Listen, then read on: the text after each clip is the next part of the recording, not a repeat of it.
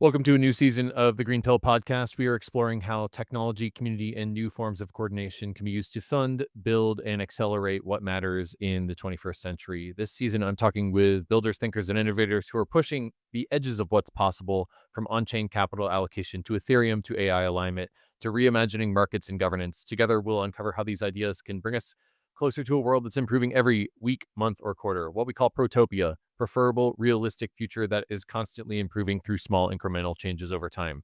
If you want to learn more, visit our website at greenpill.network, where you can download the Greenpill books for free, play with some of our ecosystem projects, join the Telegram, or participate in the network.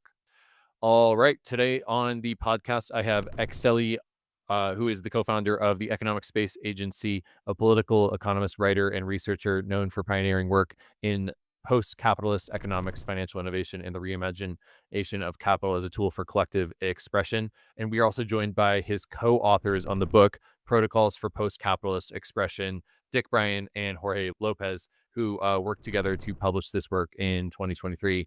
I really, really enjoyed this book. It was one of the few books that I've read that is very specific and has a systems level architecture for what this economy is going to look like, and is also really bold in pushing us towards a more post-capitalist world. So I really, really, really liked this book. I read it on the beach this summer and just found it to be incredibly illuminating, and has kind of created new lenses for how I think about Gitcoin 3.0 and where this space is going. And so I can't emphatically recommend the book enough. If you want to pick up a copy, click the links in the show notes, and that's where you can get a copy of the book. All right, enjoy the episode.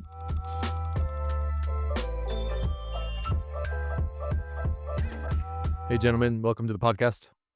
Hey, thank you. Hey, thanks for having us. Glad to have you. Let's maybe start off with some intros. Alexi, let's start with you and then go to Jorge. Okay, so I'm Akseli. I'm a political economist originally, and now I've been very much involved in this Economic Space Agency project.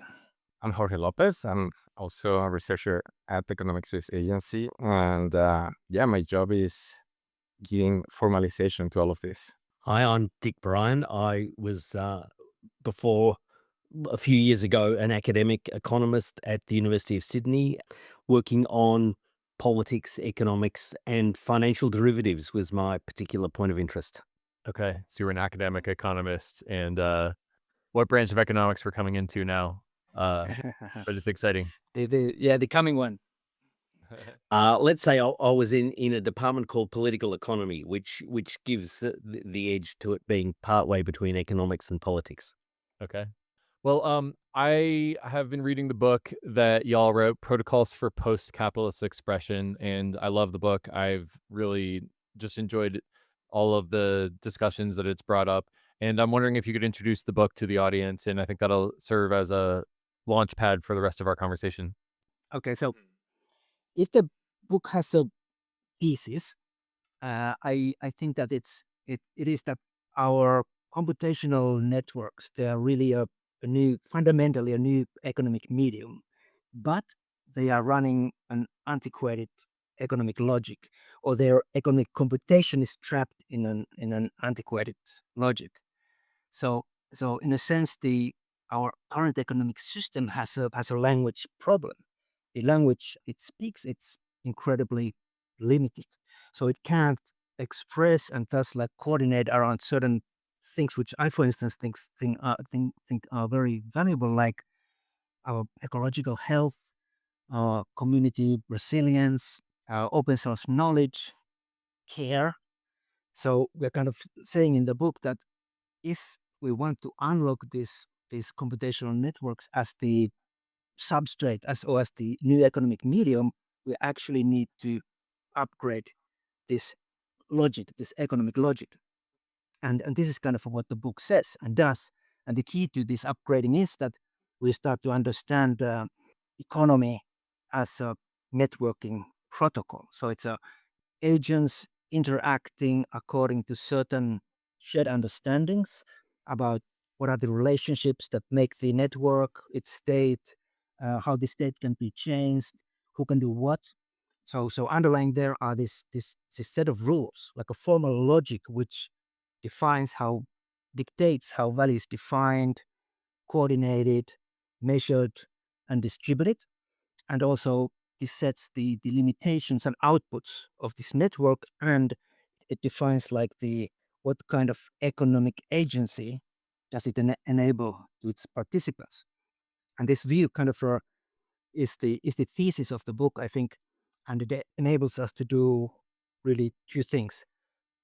First, to denaturalize capitalism, or kind of that we don't need to approach it as some kind of a force of nature or ideology, or we can't do anything about, but we can see it precisely as a like a formal economic coordination protocol, which also means that if you want to change it, it kind of points to the exact place of intervention, which is the protocol.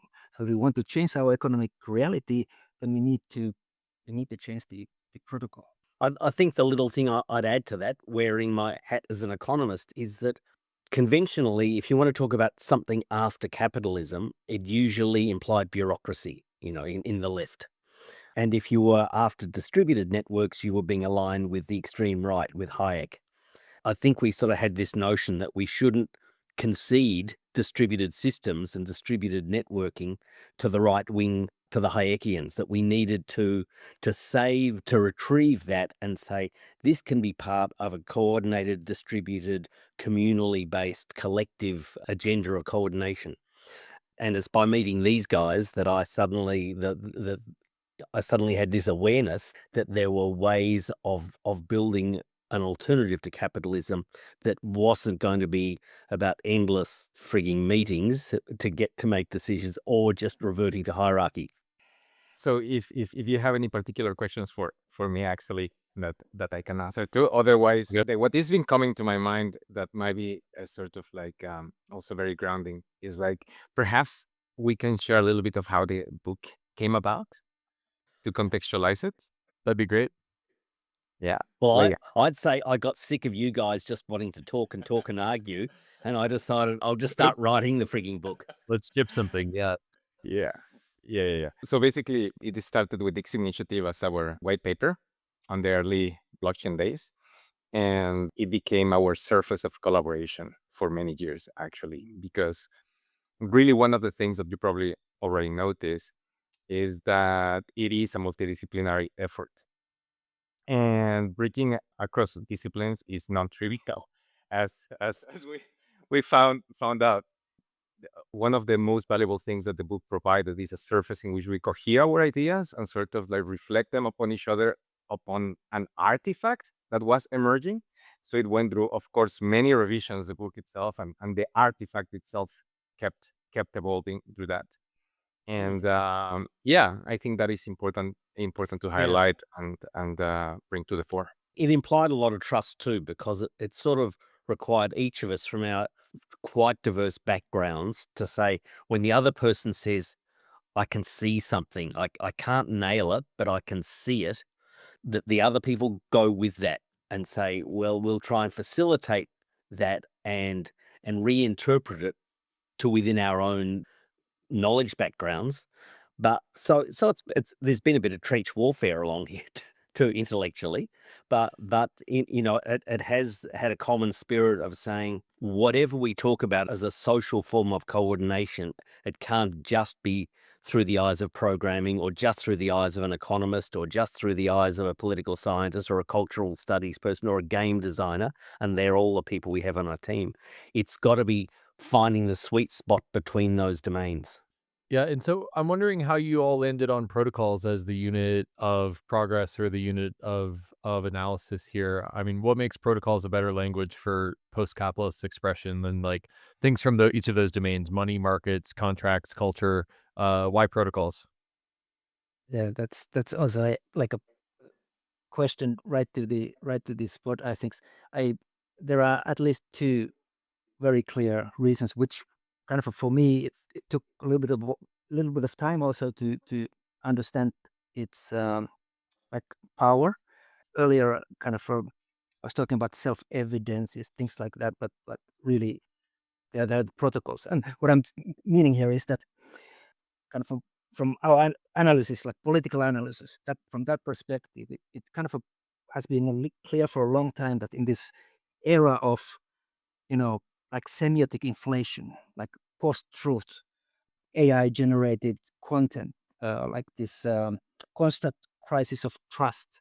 We know it's here, and this overflow of oversaturation of meaning. And in this kind of a situation, the politics moves to the level of protocols. So if you try to win a political debate by at the level of competing in interpretations or images or kind of it's a losing, or demonstrations, it's a losing game. We we are sure that the power, or it's clear that power has actually shifted around. It's shifted to these designs of environments, designs of the conditions of our economic interactions. So that we talk about protocol politics, and what we mean by that is that protocols not just that they are kind of opinionated infrastructures. They encode worldviews, how value is counted, who gets to act. They actually set the possibility space of what can be done. And I would go so far as to say as that if we don't intervene in that level in protocols, we actually don't have politics. So from that perspective, it's like it is the place where we should intervene. The second thing is, I don't know, Jorge, maybe you want to say about this, but it's the that by understanding like capital as this formal accounting protocol, network accounting protocol, it actually gives us a power to re-engineer it almost with a surgical precision. And kind of we are thinking of it as a kind of our magic move, this this generalization or understanding it as a protocol. It's distributed like architecture and abstracting it, which allows us then to like make its categories and functions programmable. I don't know, both of you. So I think that when we met, we all intuited that the point of intervention was in protocols, and we had already some sort of path pointing towards that direction, and we didn't quite understood. I think that took us a while. That capital is a protocol. We sort of like you were using in the early days the protocol almost as a metaphor and not as a formalism. And as we progressed and we reached more of our disciplines and sort of like internalized more of each other's sort of worldviews, what became really, really clear is that capital is an accounting protocol. Accounting itself is a protocol. It's a formal calculation substrate.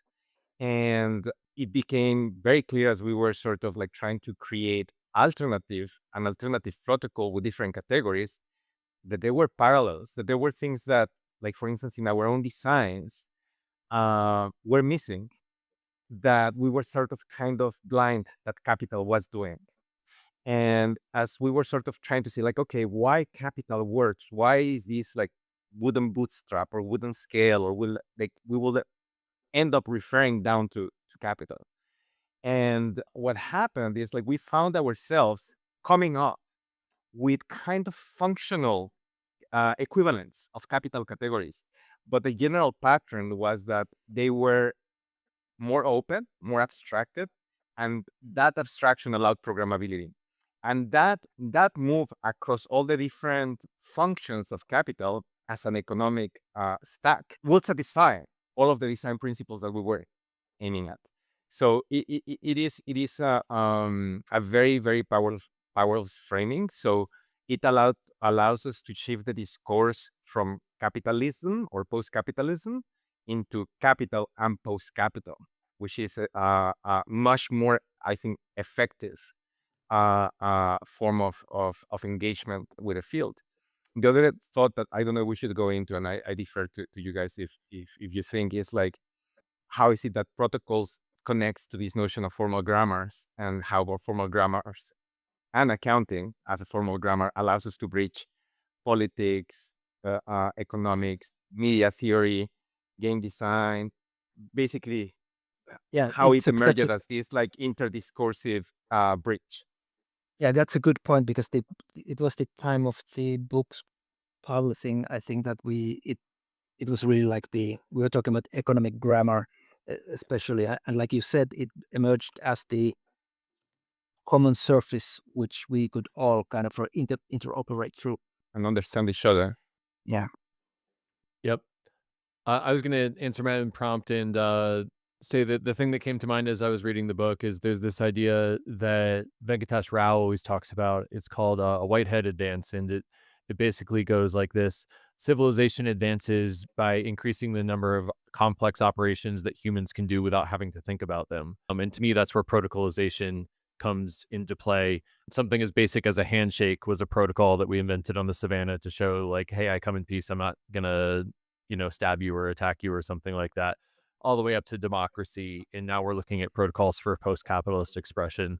So I'll put that in the pot and stir it. I don't know if you have any reaction to that. If not, I have another question I can lob out there. I have an instinctive response to that, which is to say this is absolutely right. And some of the equivalent of forms of greeting are dominant in the ruling system, is that everything reduces to price, and price is defined by reference to profit calculations. So the issue that we want to hold open is that there are ways of measuring that aren't a monologic, that there are multiple logics of measuring. Multiple logics of measuring require that we keep data rich, that we're not all the time trying to collapse to a single index. And protocols provide us with the language as well as the technology to say we can measure in multiple ways simultaneously. That's now feasible. We can greet in multiple ways. Intuitively, it's a very complex process to think that you're going to calculate in multiple ways. But I think what we're talking about here is that we can normalize that, and that the next era should be about thinking not what's the price of something, but how should we measure something? How would a different mode of measurement give it new social meaning or social recognition of what's already there? Yeah, I'll just continue from there. That yeah, exactly. That it's clear that the new economic medium, it can do already like much more demanding, much more complex like calculations, and that's the direction we should be headed. It's just the logic, the economic logic, that is like restricting right now. Yeah. So what I that to this exercise of mapping all these different attributes of the system we're trying to describe, and what we're saying is that yes, social practices become sort of conventionalized, and that's a step to formalization, and then they get mediated. And accounting is a perfect example of this. Started like just changing stuff. I mean, even before barter, it was like gift economy. I give you this, you later give me something that. So there was this obligation exchange already just operating on memory and language. And as it evolved, we started using different media, right? Tones, paper, computers, right? Like, so the story of protocol evolution is the story of social convention evolution, social practice evolution, and medium of interaction evolution. So, and mediums of interaction, when it reveals networks and wires and whatnot as social media, right from the get-go, and for us, economic media. And that's a really good concept to hold in the space of this conversation: economic media, or what we also were terming recently, distributed economic media, as what we're pursuing. And I guess where that leads me to, as we're sort of picking apart the main ideas in the book, is so the book is protocols for post-capitalist expression, and we've kind of played jazz on top of protocols for the last 5 minutes. I want to talk about post-capitalism for a second there. So, what's wrong with capitalism, or maybe a better way of framing this question is what transcends capitalism in post-capitalism? What even is post-capitalism? Maybe we could start with the definition. You'll find Okay. 3 answers, but let's go. You will. So I'll start knowing that what I say will be overridden by 2 other people. I mean, there are lots of criticisms of capitalism around, both in its general form and in its distinctive current form, particularly in the US. but not uniquely the US. But I think the position we got to is we, along with others, can mount critiques of capitalism on distributional grounds, environmental grounds, discriminatory grounds, all sorts of grounds that everyone listening to this will be familiar with. But I think the point we got to was that we wanted to say, while a critique of the current order triggers a new way of framing, we don't position ourselves as saying we just run via critique. We want to say capitalism is one particular mode of organization, one particular style of production, one particular form of surplus generation, but there are others. And when we start to explore capitalism as but one possible form, then you start to say, hey, there are others that can be designed intentionally in a distributed way that don't require us to simply adopt a hierarchical system that gives so much power to states, so much power to banks, so much power to finance, and that there is the possibility of collective self-design of what economic and social order should be about. So I think that's really, we don't want to prescribe a post-capitalism. We don't want to say, this is how we should measure. This is how governing processes should occur. This is what the central planners should do. We specify none of that. Hence, not just the word post-capitalism, but post-capitalist space. We are designing a space in which further design can occur. Yeah, really good. I can take it from there, Dick. No, really, it's important that post-capitalism. It's not a opposite of capitalism. It's what becomes possible when we stop taking capitalism as the only grammar for economic interaction. But then, in fact, it was expecting that you would go to a little bit further, Dick, and I'll try to do it. So in the book, especially in the first chapter, kind of our wager is really that post-capitalist value creation, it will emerge from finance as the frontier of capitalist economic change. So explaining that connection forms really the substance of the book. So in the first chapter we start, and I really loved, it's one of my favorite sections. And by the way, I don't know, Kevin, did you know that you can actually get the fragments of the book as NFTs, the paragraphs? You can co-publish them with us, and Oh, I have co-published or selected that particular paragraph to me, which is why I'm also kind of going to it. Did you know that? yeah, so I think I saw that on the website, which is linked in the show Right. notes. You can highlight Yes. a portion of the book and then publish it as an NFT. Is that right? In a sense, it's we talk about the units of discourse that you can co-publish with us, but I can explain that later. But I'll go to the answer on post-capitalism. So in the chapter 1, we describe the difference between capitalism and post-capitalism as a financial spread, which is defined by the different answers that certain questions get in the capitalist and the post-capitalist economic networks. And these are really the key questions, like what gets answered differently are like what counts as liquidity, what counts as collateral, what counts as surplus, and who gets to decide on these. So what the book is working on, what the ECSA project is working on, is a grammar for post-capitalist economic organizational expression that basically allows you to formulate these new answers to these questions. So that's how I think about it. And And just to pick up on that for a second, because Jorge no doubt has things to say.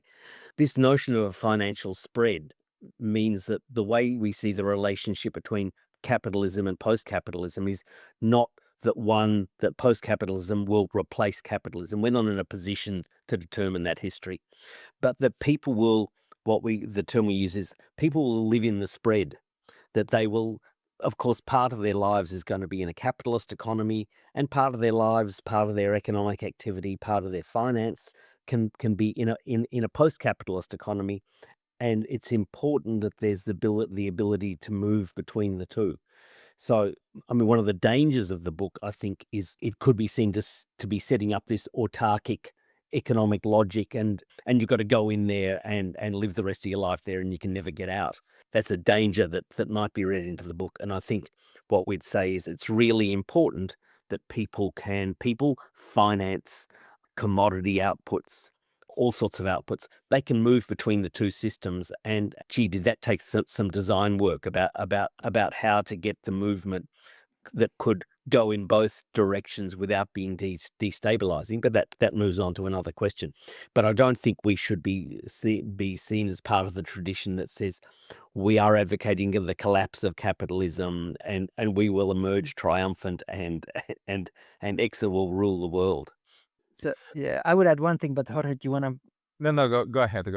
No, one thing which which has become kind of an important part for the definitions for me is the distributing economic agency.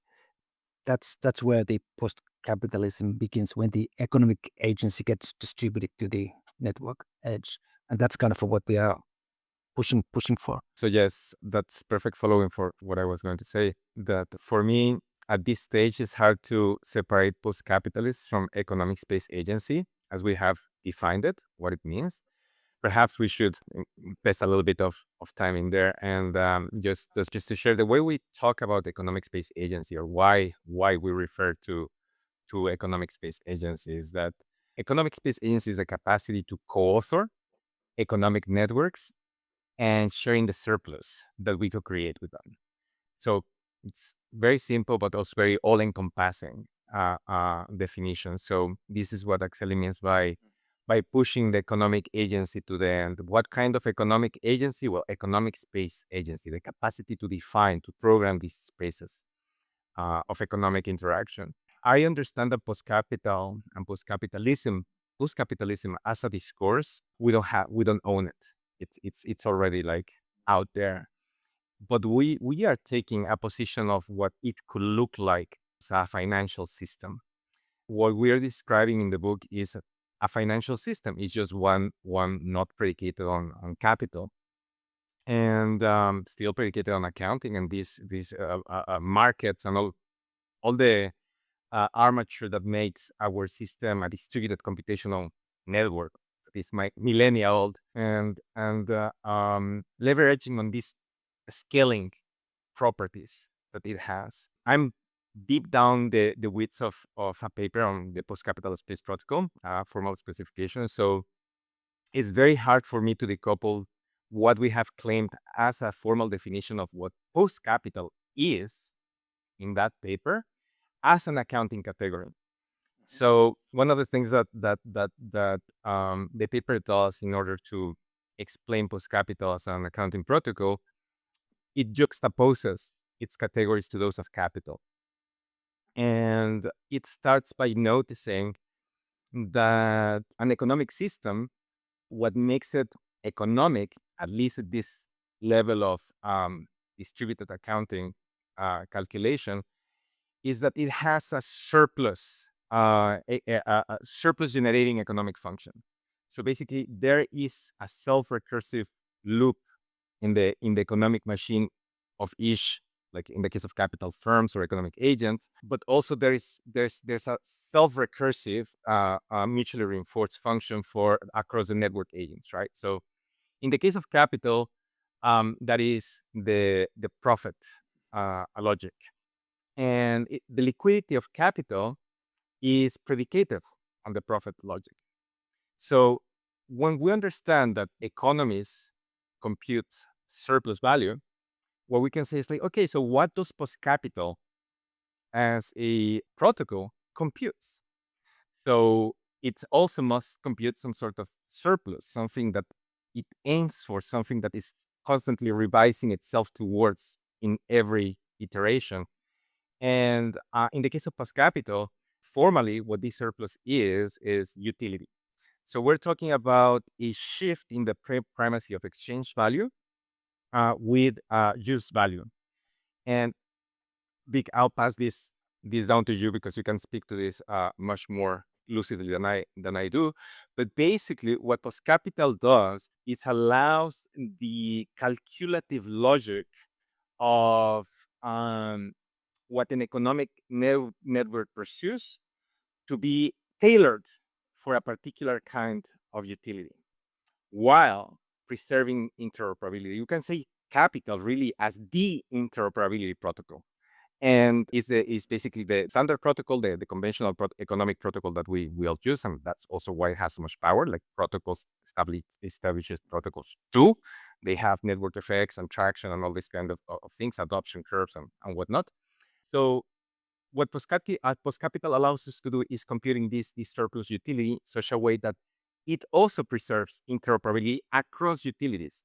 Of course, it leverages sort of the design patterns that we find in capital, but sort of like instead of being collapsed into a singular purpose and a singular metric of a success, it sort of like opens them into multiple metrics while remaining interoperable. So from that definition of a different surplus category, all the other categories open up. But what I must say is that it does not, as a protocol, it does not dictate what those utilities are. It just creates the programmable space for those utilities to be defined. So this is also what we mean by creating economic space, right? Creating a space for these new forms of value to be defined.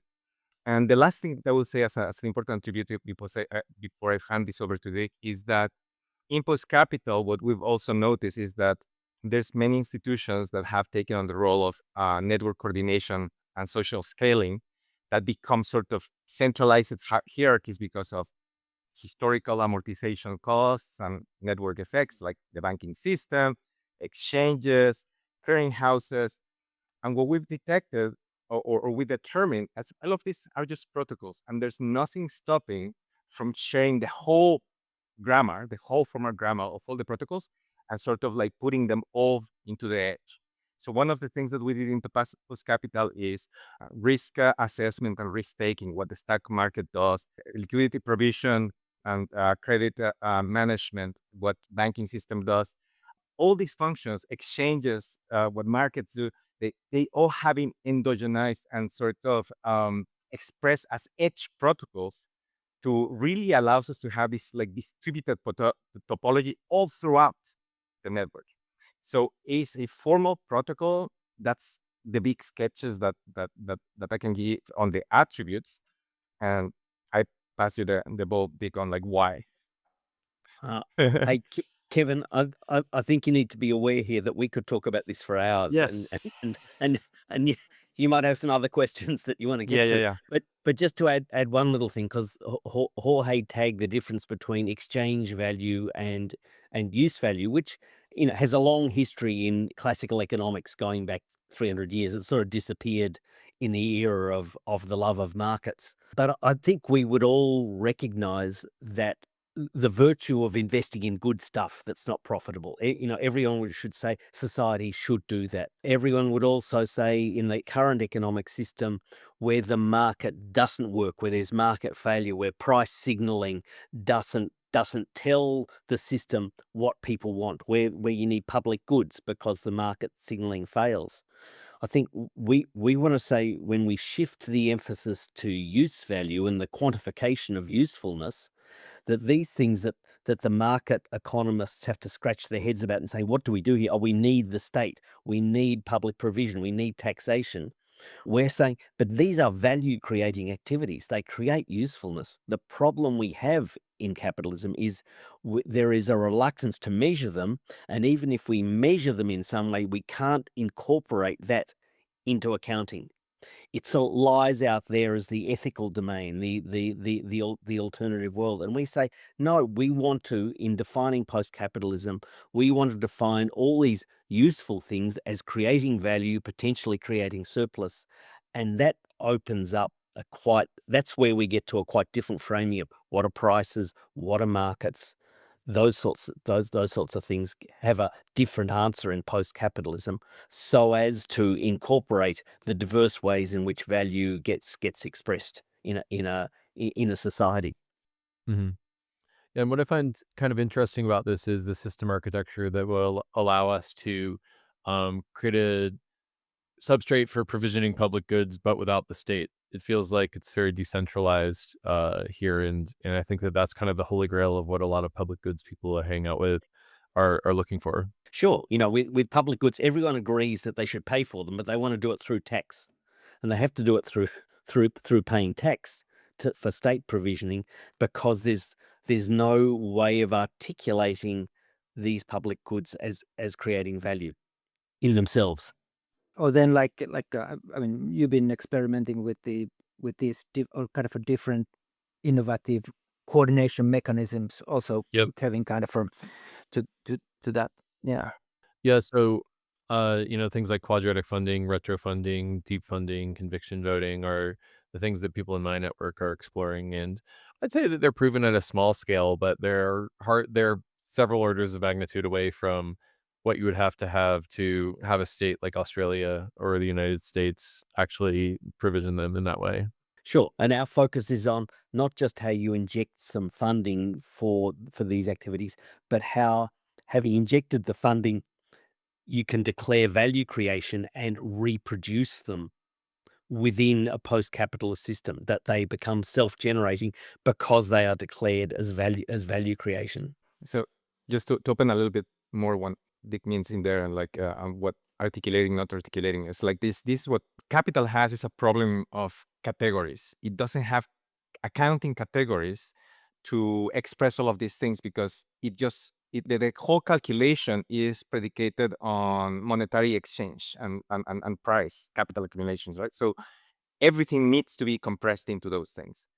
But if we generalize those things while still having sort of the same self-reproduction patterns, in principle, there's nothing stopping to making these forms of value self-reproducible. So basically value generating, surplus generating, and so financially self-regenerative.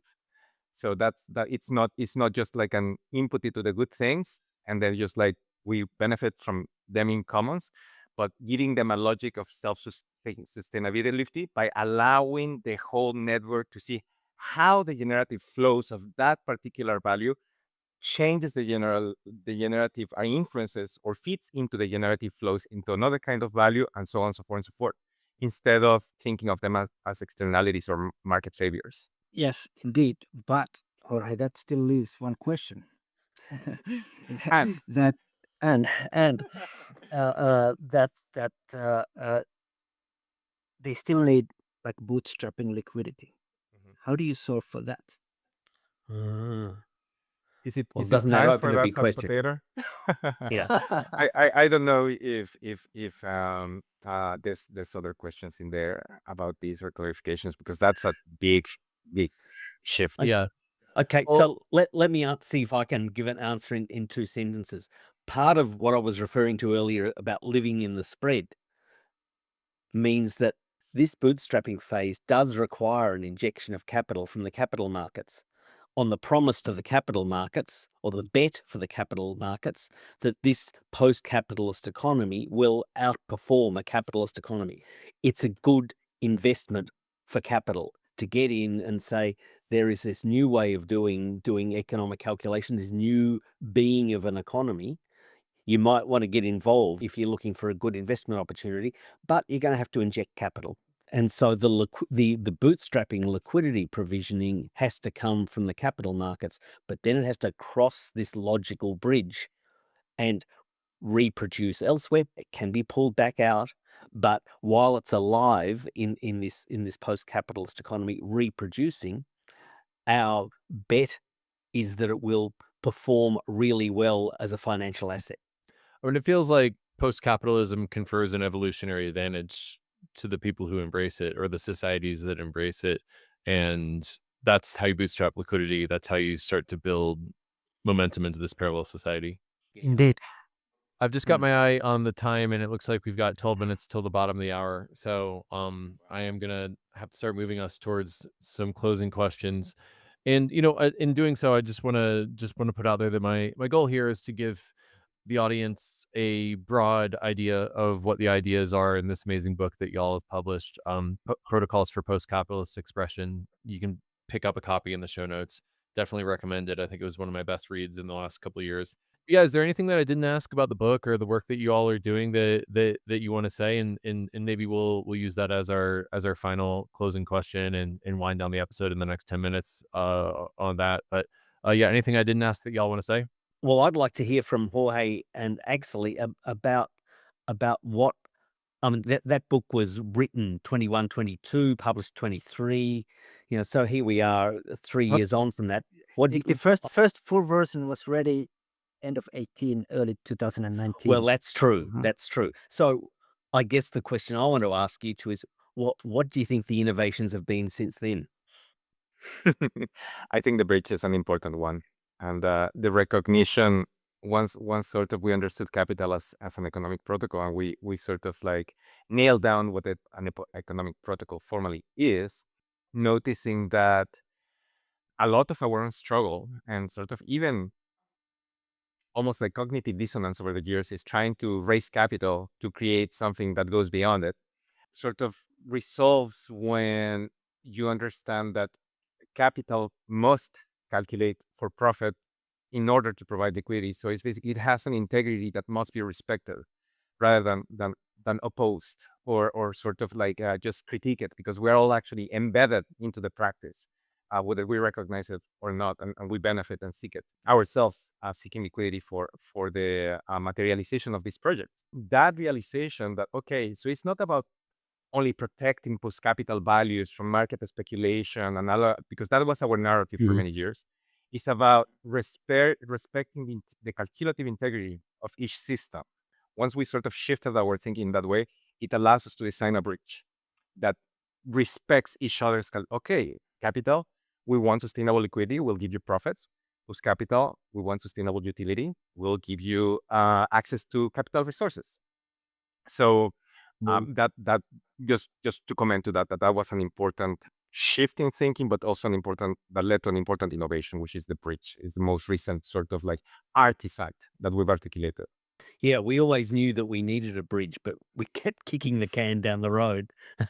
And I think as a person who wasn't particularly central to organizing the bridge, it works in a really clever, creative way. I think we should be really proud of that design. I would also kind of go to that direction. That's why my thoughts were already going there. That how do you solve for that, and you do it by understanding that also the integrity of the capital side needs to be respected, because it's not like a moral question, but it does that because that's what it does. That's the logic, and it will give you liquidity only if you according to that logic. And so kind of really realizing that it's not some kind of a tension between some values or kind of an ideal post-capitalist way and some fallen or kind of the reality of capital flows and speculation. It's really kind of it's a spread that there are these for it's a design field where there are these predictable kind of forces generated by these different economic protocols. They have different logics. They make different things possible, and we just think that the post-capitalist one makes just much more possible. But like we know, like from the protocol culture, that if there's no we have this really powerful protocol, there's a lot of users that they are not just going to jump to different protocol just like that. There needs to be migration path, and the new one, it needs to do everything that the old one did and more. And then you have a chance of adoption and people getting there. So kind of getting real about that and creating like a real strategic path towards that. I think that has been the really important move in the development in the last recently, which means kind of that we are designing really these instruments or devices to capture the value of that spread. That's how I've started to think about it. Just one more thing I'd say here without touching a raw nerve between us. Um, the book was written was prosed by an economist, me. and that discourse does tend to dominate the mode of communication. I think since then there has been the need to formalize in the programmability of an economy, which is something that Jorge and Akseli have taken over far more than me. And I know Jorge in particular could talk for hours about the challenges that come from taking concepts that have sort of meaning within an economic discourse and saying, how do you take them over and formalize them in a programming language, because they're not a neat fit. But that's, I think, one of the great achievements of the last couple of years, that process has been undertaken and executed, or is being executed. Thank God AI.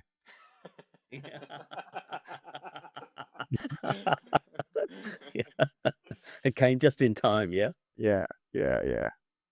Well, as we're closing, I just want to provide a final recommendation to the book to the audience. I thought it was really articulate and really well researched and read. And as a systems thinker myself, someone who likes to design these systems, but also is mindful of having to live inside of them, I thought it was a really incredible set of ideas. And so, would encourage the audience to check out the book. There's a link in the show notes where you can check it out.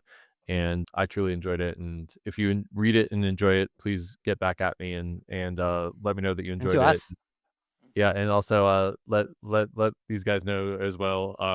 Is there a way to get involved in y'all's community and the Economic Space Agency? What's next, and how can people get involved? Yes, absolutely. So we kind of in the show notes, there's a link to our newsletter, which is our it's the regular drumbeat that where we inform what's going on and kind of where we are. Then we are in a build-up phase of an economic media lab, uh, which might be interesting to also the audience here, or the listeners of the podcast. We have some really good new texts, like a white paper coming right like next week or the week after, hopefully, which we'll be really happy to share with anybody who wants to leave. Check it out. And what else? Well, I guess the only thing I'd add there is, my guess is that for a whole lot of people, thinking in terms of multiple coexisting units of account, ways of measuring, is quite challenging, because we've been so inculcated with capitalist logic, that the thought experiments that are involved in saying what would be involved in existing in a society where you measure in multiple ways, and you're not always trying to convert everything to a single unit of measure, just opening up that mindset of how could you do it differently, would be one way of getting in harmony with what our underlying social, political, economic project is.